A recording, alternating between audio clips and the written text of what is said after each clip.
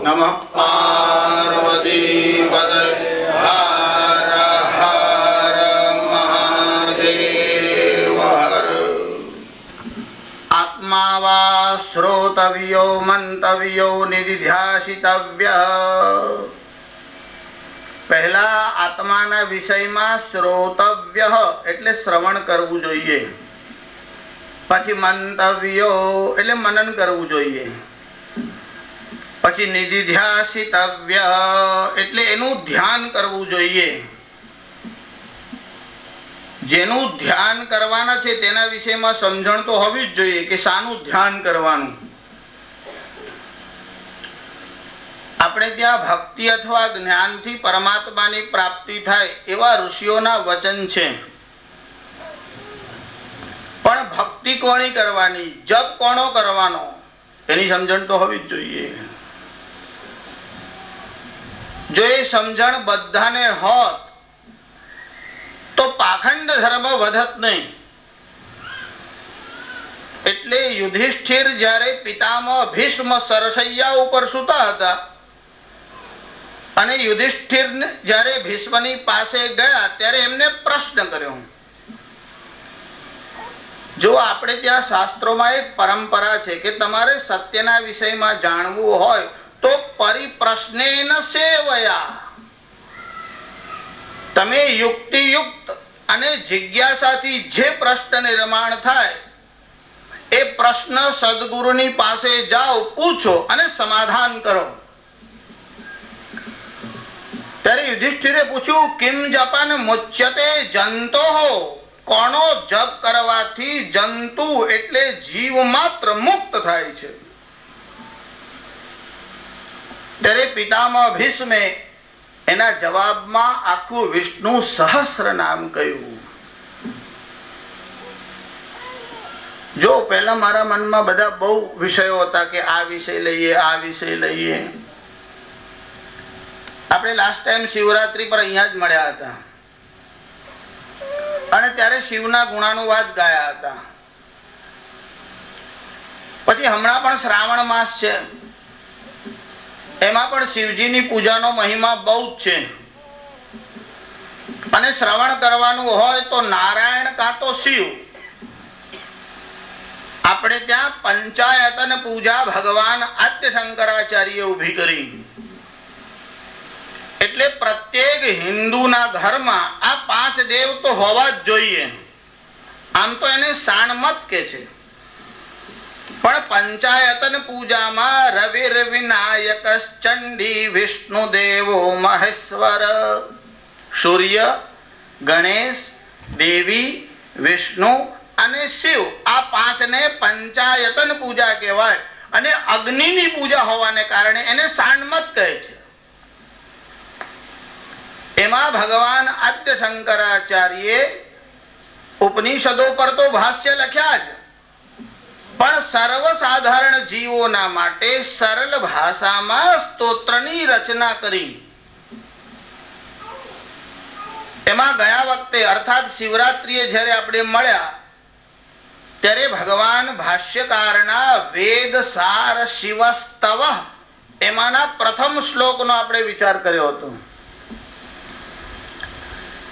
એ સ્તુતિ કરી ત્યારે ભગવાન આદ્ય શંકરાચાર્ય લખ્યું, પશુનમ પતિમ પાપનાશમ પરેશમ ગજેન્દ્રસ્ય કૃત્યમ વસાનમ વરણ્યમ જટાજૂટ મધ્યે સ્ફુરદ ગંગવારિમ મહાદેવમેકમ સ્મરામિ સ્મરારિમ. એનો આપણે થોડો વિચાર કર્યો. આ પ્રથમ શ્લોકના અંતિમ ચરણમાં ભગવાન આદ્ય શંકરાચાર્ય લખ્યું કે સ્મરામિ સ્મરારિમ. જો સ્મરામિ એટલે સ્મરણ કરું છું, અને સ્મરારિમ સ્મર એટલે કામદેવ, અને સ્મરારિમ અરિ એટલે શત્રુ. કામદેવના શત્રુ અર્થાત ભગવાન શિવનું સ્મરણ કરું છું. જો ભગવાન શંકરાચાર્ય એવું લખે છે કે સ્મરારિમ, તમે થોડો વિચાર કરો, યુધિષ્ઠિર અજાત શત્રુ છે, એનો કોઈ શત્રુ નથી. તો તો પછી ભગવાન શંકરનો કોઈ શત્રુ હોય? પણ એવું નથી લખ્યું શંકરના શત્રુ, એવું નહીં તો અનર્થ થાય. સ્મરારી કામદેવના શત્રુ એવું લખ્યું છે. જેને કામદેવ પર વિજય મેળવવો હોય તેને સ્મરારી અર્થાત ભગવાન શંકરનું સ્મરણ કરવું જોઈએ. જો તમે જ્યારે પ્રાતઃ કાળમાં ઉઠો ત્યારે મંગલાચરણ કરો છો, એ મંગલાચરણમાં આટલા લોકોનું સ્મરણ કરો તો તમારો ઇન્દ્રિયો પર વિજય થાય, તમને કામ પીડા ન આપે. સનત કુમાર દેવર્ષિ શુક ભીષ્મ પ્લવંગમાં પ્રાતરેવ સ્મરે નિત્યમ કામ બાધા ન જાયતે. આ પાંચનું સ્મરણ કરે તેને કામ પીડા આપી શકતો નથી.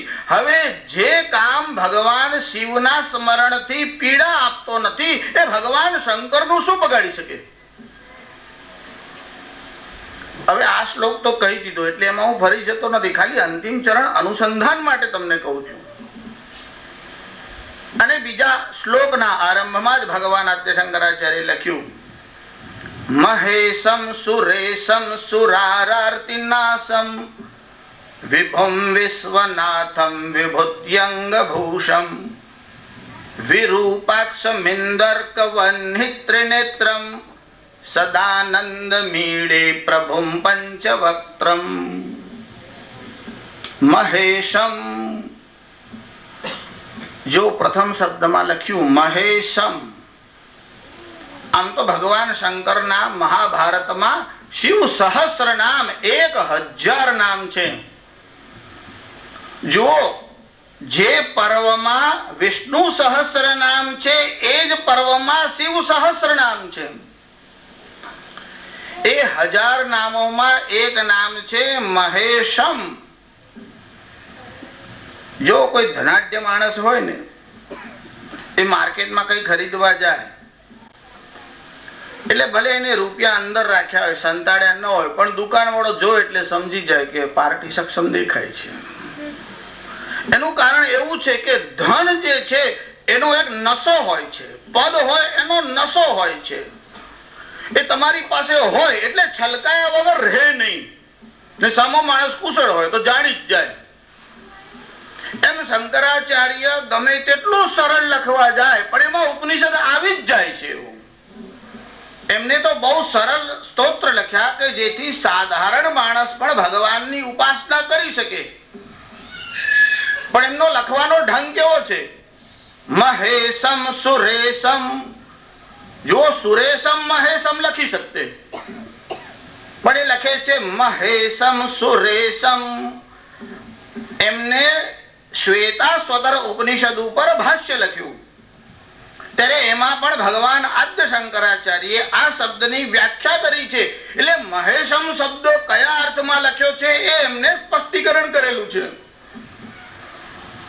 આ શ્વેતા સ્વતર નામના ઋષિ જે બોલ્યા છે એ શ્વેતા સ્વતર ઉપનિષદ છે. તે કૃષ્ણ યજુર્વેદના અંતર્ગત છે. આપણે ત્યાં મુખ્ય 11 એટલે 11 ઉપનિષદ છે, એમાં એક શ્વેતા સ્વતર છે. એમાં ભગવાન શિવનો મહિમા ઠસોઠસ ભર્યો છે. એ જ શ્વેતા સ્વતર ઉપનિષદનો એક મંત્ર છે, માયંતુ પ્રકૃતિ વિદ્યાન માયનંતુ મહેશ્વરમ. એમાં શ્વેતા સ્વતર ઋષિ કહે છે માયાંતુ. શંકરાચાર્ય લખ્યું તું શબ્દ અવધારણાર્થે. એમાં તું શબ્દ નિશ્ચયાર્થ છે. તું પ્રકૃતિ વિદ્યાન. આ માયા છે એને પ્રકૃતિ જાણો એટલે સમજો. અને માયનંતુ મહેશ્વરમ. ઈશ્વરશ્ચેતિ. મહેશ એટલે મહા એટલે મહાન. અને ઈશ્વરમ, ઈશ્વર શબ્દ ઈટ ધાતુથી બન્યો છે. એનો અર્થ થાય છે two control, two govern. Ishavasya ઉપનિષદના આરંભમાં શંકરાચાર્યએ ભાષ્ય લખ્યું કે ઈશાવાસ્યમ ઇદમ સર્વમ. એમાં એમને લખ્યું આ ઈશ શબ્દ ઈટ ધાતુથી બન્યો છે એનું તૃતીયાંત સ્વરૂપ ઈશા થાય છે. ઈસાઈઓ પણ ઈશા બોલે તો આપણને કઈ વાંધો નથી. એને રૂપ ખબર હોય કે ના હોય, કે ધાતુ ખબર હોય કે ના હોય, પણ એ મૂળ શબ્દ સંસ્કૃત ભાષાનો છે. ઈશ એટલે શાસન, ઈશાન એટલે શાસન. ભગવાન શંકરનું એક નામ ઈશાન પણ છે, કેમ કે આખા બ્રહ્માંડના ઉપર તેમનું અનુશાસન છે. તો પછી ઈશ લખતે મહેશ શું કામ લખ્યું? એમાં એક વિશેષણ છે. જેમ ઘણા લોકોનો સ્વભાવ હોય, કઈ ને કઈ વિશેષણ સાથે જ લખે. એમ કોઈ નાનું મોટો એક પત્ર લખવાનો હોય, કઈ પણ કંકોત્રી પણ છાપતા હોય તો લખે ફલાણા ફલાણાની સુકન્યા. હવે એ તો જાય ત્યારે ખબર પડે પેલા ને કે સુકન્યા છે કે નહીં, પણ કંકોત્રીમાં તો એવું લખવું પડે ને, સુપુત્રી સુકન્યા. બેનો એવું કે ઘણી વાર કે આ કન્યા તો આમ ગાય જેવી છે, પણ મારકણી છે કે દૂધણી, એ તો પછી ખબર પડી ને. એમ ગાય જેવી બરાબર છે, એમ ગાયના બે લક્ષણ છે ને. આ તો ગાયના બાહ્ય લક્ષણની વાત કરું છું. ગોત્વ નૈયાયિકો જે લક્ષણ કે છે તેમાં હમણાં હું જતો નથી. મારે એવું કહેવાનું છે કે એમાં ઈશ શબ્દ ન રાખતા મહેશ શબ્દ રાખ્યો છે. એટલે મહાંશ્ચા સાવિસ્વરસ ચેતી, એનું કારણ સંસ્કૃત ભાષામાં અને અન્ય પુરાણ ગ્રંથોમાં, ઇતિહાસ ગ્રંથોમાં ઈશ્વર શબ્દ લોકપાલો માટે આવ્યો છે. વૈવસ્વત યમાદિ, એટલે એ જ ભાષ્યમાં શંકરાચાર્ય લખ્યું કે યમ વગેરે વૈવસ્વત, એટલે યમ શબ્દનો અર્થ પણ કંટ્રોલ થાય છે, અને બધા જીવો પર યમરાજનો કંટ્રોલ છે. એ યમાદિ જે દેવ કહેવાય છે, ઈશ્વર કહેવાય છે, અર્થાત લોકપાલ કહેવાય છે. એ લોકપાલોના પણ ઈશ્વર હોવાને કારણે ભગવાન શંકર મહેશ છે. મહેશમ સુરેશમ. જો મુખ્યમંત્રી બહુ હોય, પણ જેને તમે પ્રધાનમંત્રી કહો, પ્રાઇમ મિનિસ્ટર, એ એક જ હોય. ચીફ મિનિસ્ટર બહુ હોય. એમ ઈશ્વર એટલે લોકપાલ ઘણા છે, પણ જેને મહેશ્વર કે છે એ તો એક જ છે, અને તે એટલે ભગવાન શિવ. તમે કહો કે અમે શાસ્ત્રજી નારાયણમાં માનીએ છીએ, તો નારાયણ અને શિવમાં ભેદ છે જ નહીં. વસ્તુતઃ પરમાત્મા એક જ છે. તમે નારાયણ શબ્દથી કહો કે શિવ શબ્દથી કહો. એટલે ભગવાન શંકરાચાર્ય લખ્યું મહેશમ સુરેશમ. જો જેમ ઈશાન એટલે શાસન, દરેક દેવતાઓના ઉપર એમનું અનુશાસન છે, પણ અહીંયા ઈશ્વર શબ્દ લોકપાલ માટે વાપર્યો છે. આગળ દેવ શબ્દ માટે સુરેશમ શબ્દ વાપર્યો છે, કેમ કે સુર એટલે દેવતા અને એના અધિપતિ, દેવતાઓ ઉપર શાસન કરનાર એટલે સુરેશમ. જો જ્યાં જ્યાં માનવ સમુદાય હોય ત્યાં બધે શાસનની જરૂર પડે છે. ન હોય તો અવ્યવસ્થા ઊભી થાય. પણ વૈદિક કાળમાં શાસનની જરૂર પડતી નહોતી. એનું કારણ એવું હતું, ત્યાં સ્વયં શાસિત શિસ્ત હતી, એટલે રાજાની જરૂર નથી. ન દંડ્યો ન ચ દાંડિક, ત્યાં કોઈ દંડ આપનાર નહીં અને કોઈ દાંડિક નહીં. સ્વધર્મેણ પ્રજાસ્તાવત રક્ષંતિ સ્મ પરસ્પરમ. સ્વધર્મેણ, બધા સ્વધર્મનું પાલન કરે, પછી દંડની જરૂર કોને માટે પડે? એટલે તુલસીદાસજીએ લખ્યું કે રામકાલીન સમય કેવો હતો? દંડ યતિન કર. યતિ એટલે સંન્યાસી. દંડ કેવળ સંન્યાસીના હાથમાં જ જોવા મળે, પોલીસ વાળાના હાથમાં નહીં, એવું મારે કહેવાનું છે. હા, એટલા માટે સ્પષ્ટીકરણ કરું છું કે દંડ યતિન કર. તમારે પોલીસના હાથમાં, મિલિટરીના હાથમાં દંડ આપવો પડે કે કોઈ શસ્ત્ર આપવું પડે. એનું કારણ ભયથી પ્રજા ડાહી ચાલે, એ હાથ ફેલાય. પણ એ સત્યયુગમાં ભય નહોતો. કોઈ રાજાનું શાસન હોય અને એ શાસનમાં કઈ ત્રુટિ હોય, એટલે એની શાસન વ્યવસ્થામાં કોઈ ભૂલ હોય, તો મંત્રીઓ જે છે તેમને સલાહ આપે કે આવું નહીં, આવું કરવું જોઈએ. હવે રાજા સલાહ સાંભળે એવો છે કે નહીં, અને સલાહ સાંભળવાની સ્થિતિમાં કે મૂળમાં છે કે નહીં, એ પણ તમારે જાણી રાખવું જોઈએ. જેમ તમે લોકોએ હિટલરનું નામ સાંભળ્યું છે, એને કોઈ સલાહ આપવા જાય ને એને મનમાં બીક લાગે, આને સલાહ અપાય નહીં. એનું કારણ સલાહ આપવા જઈએ પછી આપણે રહીએ જ ના, તો ફરી સલાહ કોણે આપવાના છે? કહે છે કે ચર્ચિલ એકવાર એની સાથે મુલાકાત માટે ગયો કે યુદ્ધ ટાળી શકાય. ચર્ચિલ પણ બહુ મુત્સદ્દી લોકોમાંનો એક હતો. જે લોકો ઇંગ્લેન્ડનો ઇતિહાસ ભણ્યા છે એમને તો ખબર છે કે જે હિટલરને મળવા ગયા ત્યારે એને કીધું કે તું યુદ્ધ કરીશ તો શું લાભ, તારી પાસે સીમિત સેના છે, સીમિત લોકો છે, તારું રાજ્ય પણ આટલું જ છે, મિત્ર રાજ્યો આટલા બધા સામે છે. એ બોલતો હતો. બંને જણા જતા હતા. ફર્સ્ટ સેકન્ડ ઉપરના ફ્લોર ઉપર ગયા. પછી ઓફિસમાં એને અંદર પ્રવેશ કર્યો એટલે ચર્ચિલ એની સાથે આમ જતો હતો. એટલે બહાર જે ચોકીદારો ઉભા હતા ત્યાં સંકેત કર્યો એટલે પેલા ઉપરથી કૂદકો લગાવ્યો. એટલે બીજાને ઈશારો કર્યો એટલે બીજો કરવા જતા હતા એટલે ચર્ચિલે પેલાનો આમ હાથ પકડ્યો. કીધું કે આ કે કૂદી જાઓ, તમે એને પૂછતા નથી શા માટે? ત્યારે જે ચોકીદાર ત્યાં ઉભો હતો એને કીધું કે આની સાથે રહીને જીવવા કરતા મરી જવું સારું. આવો ત્રાસ જ્યાં હોય, આવું અનુશાસન જ્યાં હોય, એ પણ એક અનુશાસન તો છે જ. એક અનુશાસન ભયને લીધે છે. સાધારણતઃ માનવ સમાજમાં ભય ન હોય તો લોકો સીધા રસ્તે ચાલતા નથી. જો એક ઠેકાણે માનસમાં પણ એવું લખ્યું તુલસીદાસજી કે ભય બીનું પ્રીતિ ન હોય ગુસાઈ, પણ એ એક સીમિત અર્થમાં છે. જ્યારે કોઈ વાત કહેવાની હોય ત્યારે તમને પૂરું અનુસંધાન ખબર હોવું જોઈએ. તમે વચ્ચેથી ગમે ત્યાંથી કોઈ વસ્તુ રેફરન્સ ઉપાડી લો તો અનર્થ થઈ શકે. પણ પ્રજા પર અનુશાસન કરવાનું હશે તો કેવળ ભયથી અનુશાસન નહીં થઈ શકે. થોડા વર્ષો પહેલા બ્રિટનમાં એક ઘટના બની. ત્યાં બધા બુદ્ધિમાનો ભેગા થયા અને કીધું કે ચોરી કરે છે એમને સખત દંડ કરવામાં આવે તો ચોરી અટકી જાય, પણ એને જાહેરમાં દંડ કરો. એટલે એકવાર એક માણસ ચોરી કરતા પકડાયો એટલે એને ચોરાહા ઉપર જ્યાં 4 રસ્તા ભેગા થાય ત્યાં લાવીને ઉભો રાખવામાં આવ્યો. પછી એને મીઠાવાળા જે કોરડા છે એ મીઠાના પાણીમાં બોળી અને ફટકા મારવામાં આવ્યા અને એને જોવા માટે બધી ભીડ આમ ભેગી થઈ. હવે જયારે એને આમ ફટકા મારતા હતા, હવે હન્ટર તો એક લાગે ને એટલે ચામડી લઈને આવે અને મીઠાવાળું હોય એટલે એમાં બળતરા બહુ થાય.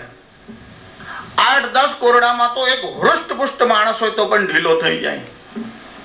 હવે જયારે કોરડાથી ફટકારવામાં આવતો હતો એના શરીરમાંથી લોહી નીકળતું હતું. જે ભીડ ભેગી થઈ એને ચિત્કાર કર્યો કે બસ કરો, આટલો બધો અત્યાચાર ન કરાય.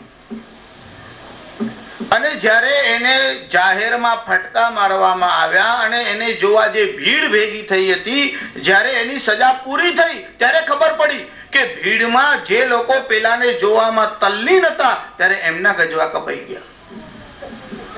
જ્યાં ચોરને સજા કરવામાં આવી એ જ જગ્યાએ ચોરી થઈ. કેવળ દંડથી, કેવળ ભયથી તમે પ્રજાને સીધી કે સારી કે ડાહી બનાવી શકશો એ ભ્રાંત કલ્પના છે. કોઈ એવું સમજે છે કે દંડ જોઈએ જ નહીં, એ પણ ખોટી વાત છે. જો રાજા દંડ ન કરે, કરવા પાત્ર હોય એને દંડ ન કરે તો પણ અનર્થ છે, તો પણ ખોટું છે. રાજાનું કામ અનુશાસન કરવાનું છે. જ્યાં દંડની આવશ્યકતા હોય એને રાજા જો ચોરને દંડ ન કરે તો એ રાજા પણ નરકનો અધિકારી છે. જો સાધારણ જન સમાજ ઉપર અનુશાસન કરવાનું હોય તો તમારી પાસે બુદ્ધિમત્તા જોઈએ. બીજું, તમારો જે સલાહકાર હોય તે તમારો અને રાષ્ટ્રનો હિતેચ્છુ હોવો જોઈએ. રાજાનો હિતેચ્છુ હોય પણ રાષ્ટ્રનો હિતેચ્છુ ન હોય તો સારું, રાષ્ટ્રનો હિતેચ્છુ હોય પણ રાજાથી દ્વેષ કરતો હોય તો. અહીંયા જે શાસન કરવા વાળા લોકો છે એનામાં બધા બહુ દોષ હોઈ શકે છે, પણ ભગવાન શિવ મહેશમ છે. એમનું શાસન બધા ઉપર છે, લોકપાલો ઉપર છે અને એને કારણે બધું તંત્ર વ્યવસ્થિત ચાલે છે. એટલે ત્યાં કોઈ મંત્રી હોય કે લોકપાલ હોય એ ખોટું કરી શકતા નથી. એનું કારણ ભગવાન શિવનો ભય છે. પણ કેવળ ભય છે એવું નહીં, કારણ કે ભગવાન શંકર રાજનીતિ નિપુણ છે. જો રાજનીતિ નિપુણ હોય ને એને દરેક આપત્તિનો ઉપાય રાખવો પડે. એટલે જેમ કે તમે એક સંસ્થા ઓફિસ બનાવો છો, એમાં આગનો ભય હોય તો ત્યાં પાણીની વ્યવસ્થા રાખવી પડે. આગનો ભય હોય ત્યાં પાણીની વ્યવસ્થા જરૂરી હોય છે. ચોરીનો ભય હોય ત્યાં ચોકીદારની વ્યવસ્થા જરૂરી છે. ભગવાન શંકરના પુત્ર જેનું નામ ગણેશ, એમનું વાહન ઉંદર છે. ઉંદર બહુ ઉપદ્રવ કરે, ગોડાઉનો ખલાસ કરી નાખે. જો એક સાથે આ ઉંદરો તૂટી પડે તો કેટલા ઉંદરો પાર્લામેન્ટમાં પણ બેસે, એ ગોડાઉનમાં ગયા વગર ગોડાઉન ખલાસ કરે. એમની પાસે એવી વિદ્યા છે, અદભુત વિદ્યા છે. ઉંદરે તો ગોડાઉનમાં જવું પડે, આ તો ગમે ત્યાં બેઠા હોય, બેઠા બેઠા જ બધું હડપ કરી નાખે. એમ ત્યારે એના ઉપર કંટ્રોલ જોઈએ તો ભગવાન શંકરે સર્પોના આભૂષણ રાખ્યા છે. ઉંદર ઉપર સર્પનો કંટ્રોલ છે કે નહીં? સાપ હોય એટલે ઉંદર સીધો રહે, સીધો ચાલે. પણ સાપ ઉપદ્રવ કરે તો કાર્તિકેયનું વાહન શું છે? મોર છે. એનો પણ તોડ રાખ્યો છે. આપણે ગુજરાતી ભાષામાં કહીએ એનો તોડ રાખવો પડે, એનો જવાબ રાખવો પડે. કદાચ આવું થાય તો સાપ છે પણ સાપ ઉપદ્રવ કરવા લાગે તો કેવું? મોર છે જ, પણ મોરના મનમાં પણ કઈ ઉપદ્રવ કરવાનો વિચાર આવે તો મોર પણ કઈ ઉપદ્રવ કરી શકે છે. તો કે જે ભગવાન પાસે નંદી છે, અને કેવળ નંદી નહીં, નંદી કદાચ ઉપદ્રવ કરવા લાગે તો શિવ પણ છે, માતાજીનું વાહન. શિવ પરિવારમાં બધા એવા છે, એકબીજાના ઉપર બેઠા છે. આ વિરોધાભાસી સ્વભાવ વાળા છે, એ ડાયા થઈને બેઠા. એનું કારણ ભગવાન શંકરનું અનુશાસન છે. કોઈ દિવસ એવું બન્યું કે આ સર્પે જઈને ગણેશના વાહન પર તરાપ મારી, આ મોર છે એને સાપ પર તરાપ મારી? એનું કારણ જ્યાં અનુશાસન બરાબર હોય ત્યાં નબળા માણસને સબળ માણસ સતાવતો નથી. ઉનકે અતિ ઉત્તમ શાસન में संपूर्ण प्रजाजन थे सुखी. અરે અમારે ત્યાં તો રાજાઓ સતયુગમાં આવા થયા કે પ્રજા સુખી હતી. આ રાજા તો દેવાંશી છે, પણ એ દેવતાઓ ઉપર પણ જેનો અધિકાર અનુશાસન છે એ ભગવાન શિવ છે. તમારા મનમાં વિચાર આવે, આપણે ત્યાં અનુશાસન કરવા વાળા હોય તે દેખાય છે, ભગવાન તો દેખાતા જ નથી. જો નથી દેખાતું તો સારું છે, નહીં તો ભગવાનને બહુ ત્રાસ હોય. જો મૂર્તિઓ બોલવા લાગે ને તો બધા હવાર હાડ લાઈન પડે ત્યાં આગળ, બધા પૂછવા માટે બેઠા જ છે. આમાં જ્યોતિષો તાંત્રિકો પાસે તો કલિયુગમાં લોકો પહોંચી જ જાય છે. ત્યાં તો ઠગાવવાનો પણ ભય હોય. શિવ પાસે જાય તો ભય જ નથી. તો ભગવાન બોલવા લાગે તો એમને તો બહુ મોટો ત્રાસ થાય. એટલે ભગવાન છુપાઈને રહે છે પણ અનુશાસન કરે છે. પણ તમારા મનમાં એક બીજો પ્રશ્ન થાય કે તમે કોઈ નગરમાં, રાષ્ટ્રમાં, સમાજમાં કોઈ ઠેકાણે રહો છો અને એનો કોઈ અધ્યક્ષ છે, અધિપતિ છે. તમારે કોઈ ફરિયાદ કરવી હોય તમે એની પાસે જાઓ. હવે તમારે શિવને ફરિયાદ કરવી હોય તમે ક્યાં જાઓ? પણ રાજાના રાજ્યમાં અંધેર ચાલે એટલે ફરિયાદ કરવાની જરૂર પડે. શિવના રાજ્યમાં અંધેર ચાલતું જ નથી એટલે ફરિયાદ કરવાની જરૂર જ નહીં. તમારા મનમાં વિચાર આવે કે એમના રાજ્યમાં એટલે કદાચ કૈલાસમાં નહીં થતું હોય, પણ અહીંયા તો બધું બહુ જ થાય છે. અહીંની કોઈ ફરિયાદ કરવા જવું હોય તો સારું, અહીંની ફરિયાદ જવા દો. લોકોએ તો ભગવાનને ફરિયાદ કરી અને ભગવાન માટે પણ ફરિયાદ કરી. આજકાલ તમે જો આ બધા જેટલા પણ કવિ છે, લેખકો છે, હમણાં જયારે કચ્છમાં ભૂકંપ આવ્યો ત્યારે બધા કવિઓનું એક ટોળું ભેગું થયેલું જુદા જુદા જગ્યાએ ટીવી પર. પછી કહે છે અમે આ બધા લોકોને દુઃખી જોયા, ત્રસ્ત જોયા, આટલો બધો માનવ સમુદાય ખલાસ થઈ ગયો. આપણે પણ કોઈ જીવને દુઃખી જોઈએ છે તો આપણું હૃદય ધ્રુવી જાય છે. ભગવાનને કઈ થયું નહીં હોય, અમને એમ લાગે છે કે ભગવાન આ સૃષ્ટિમાં છે જ નહીં. આવા તો કવિઓ છે. કારણ કે એમનું હૃદય બહુ ઉદાર છે, એમનું હૃદય બહુ કરુણાવાળું છે. કોઈને દુઃખી જોવે તો એમનાથી સહન થતું નથી. એ બધા જે કરુણાના સરદારો છે એમને ભગવાનના અસ્તિત્વમાં શંકા છે. તમે પેલા નાના છોકરાઓની પુસ્તિકાઓ ભણો છો, બીજા 5મા ધોરણની, એમાં સંસ્કૃતમાં બધી નાની નાની વાર્તાઓ હિતોપદેશમાં ખૂબ આવે છે. એમાં એક વાર્તા આવતી હતી. એક ઋષિ આમ ધ્યાન કરવા માટે બેઠા હતા. એટલામાં એક ઉંદર આમ ત્યાં દોડતો દોડતો આવ્યો. કોઈ બિલાડી એની પાછળ પડી હતી એટલે ઋષિના પાસે આશ્રય લેવા આવ્યો અને કીધું કે ઋષિ કે આ બિલાડી મને મારવા આવી છે, મારી રક્ષા કરો. આ તો રોજનો ત્રાસ છે, આજે તમે બચાવી લેશો પણ કાયમનો ત્રાસ જાય એવું કઈ કરો. એટલે ઋષિએ કીધું સારું. હાથમાં જળ દઈ અભિમંત્રિત કર્યું અને કીધું તાવત ત્વમાર્જારો ભવ, તો બિલાડી થઈ જાય. એટલે બિલાડીનો ત્રાસ જ નહીં, ઉંદર રહેતો ત્રાસ નહીં. હવે એની બિલાડી બનાવી દીધી. થોડા દિવસ થયા પછી એક કૂતરો આવ્યો. એક પાછળ દોડવા લાગ્યો. એટલે બિલાડી ફરી ઋષિ પાસે આવી કે આ તો કૂતરો મારો પીછો કરે છે. ઋષિએ કીધું એમ, ફરી હાથમાં જળ દે અભિમંત્રિત કર્યું, કીધું તું કૂતરો થઈ જાય. એને કૂતરો બનાવી દીધો. પછી એક દાડો વાઘ આવ્યો એટલે કૂતરાનો પીછો કરવા લાગ્યો. વળી પેલો કૂતરો ઋષિ પાસે આવ્યો, કીધું આ વાઘ મને એમ ખાઈ જશે. એટલે ઋષિ કીધું શા માટે ગભરાય છે? તાવત્વમ વ્યાઘ્રો ભવ, તો વાઘ થઈ જા. વાઘ થઈ ગયો એટલે ઋષિને કહેવા લાગ્યો તને ખાઈ જાવ. ઋષિએ વાઘ બનાવ્યો, હવે ઋષિને જ ખાવા લાગ્યો. એમ ભગવાને આ સૃષ્ટિ બનાવી, એમાં સુંદર પ્રાણી મનુષ્ય બનાવ્યો, હવે ભગવાનને જ ખાવા ચાલ્યો. ભગવાન છે જ નહીં. ઋષિ હાથમાં જળ લીધું, ફરી અભિમંત્રિત કરીને કીધું પુનર્મુસકો ભવ, ફરી ઉંદર થઈ જા. જેને વાઘ બનાવતા આવડે ને ઉંદર બનાવતા ના આવડે. જે તમને માણસ બનાવી શકે તમને પશુ ના બનાવી શકે. કારણ કે જેને આડા ચલાય તે સીધા ચાલે છે, સીધા ચાલે બનાવ્યા માણસ તે આડો ચાલે છે. જે તમને મનુષ્ય બનાવી શકે તે તમને પ્રાણી પણ બનાવી શકે છે. એવું સામર્થ્ય એનામાં છે.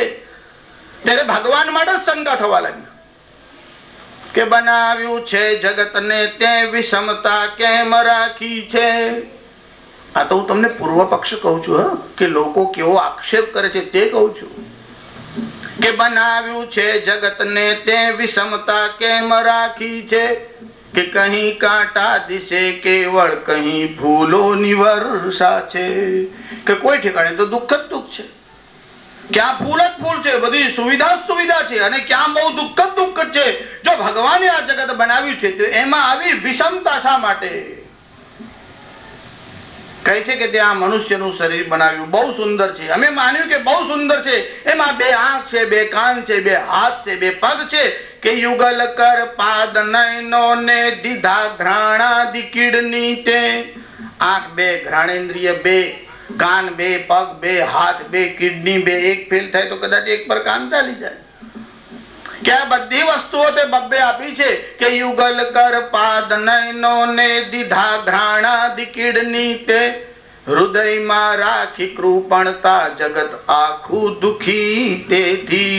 પણ હૃદય એક જ આપ્યું, 2 આપ્યા તો ભાંજગણ નહીં. એકમાં તને રાખત, એકને સંસારમાં રાખ, એકમાં સંસારને રાખતે.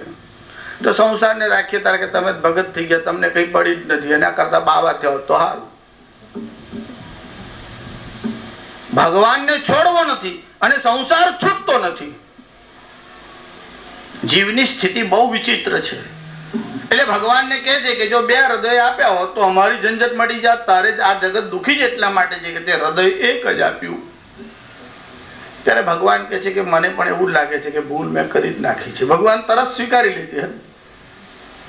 ભગવાન કહે છે કે ખરેખર દોષ મારો છે, યુગલ અંગો દીધા સર્વે. આ ભૂલ તો મારી જ છે કે આ બધું બબ્બે આપ્યું. કે ખરેખર દોષ મારો છે, યુગલ અંગો દીધા સર્વે. કે દીધું નાનું અને મોટું મગજ એ ભૂલ મારી છે. મનુષ્યને 2 મગજ આપ્યા, નાનું મગજ અને મોટું મગજ. ત્યારે ભગવાનની ભૂલ કાઢવા લાગ્યો. એટલે શાસકોની ભૂલ કાઢવાની વાત જવા દો, ભગવાનના શાસનમાં નહીં, ભગવાનની ભૂલો કાઢે એવા બુદ્ધિમાન લોકો પણ આ દેશમાં છે. એક કવિએ તો લિસ્ટ બનાવ્યું ભગવાનને કે જો તમે આટલી આટલી ભૂલો કરી. પહેલી ભૂલ તો આ કરી કે જ્યારે જગતની રચના કરી ત્યારે મારી સલાહ ના લીધી, નહીં તો આટલી ભૂલ થાત જ નહીં. એને બ્રહ્માને ચિઠ્ઠી મોકલાવી કે તારી આટલી આટલી ભૂલો છે, બીજી વાર સર્જન આ પ્રલય પછી કરે ત્યારે સુધારી લેજો. લાઈન પણ લખ્યું, પહેલી ભૂલ લખી ગંધ સુવર્ણ ફલ 100 દંડે.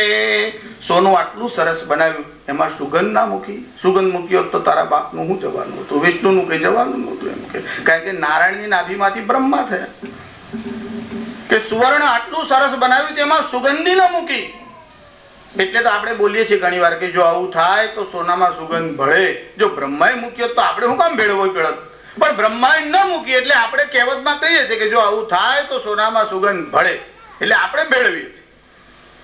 હવે તમે લોકો એક ક્ષણ માટે વિચાર કરો કે બ્રહ્મા જો આની વાત માની લે તો શું થાય?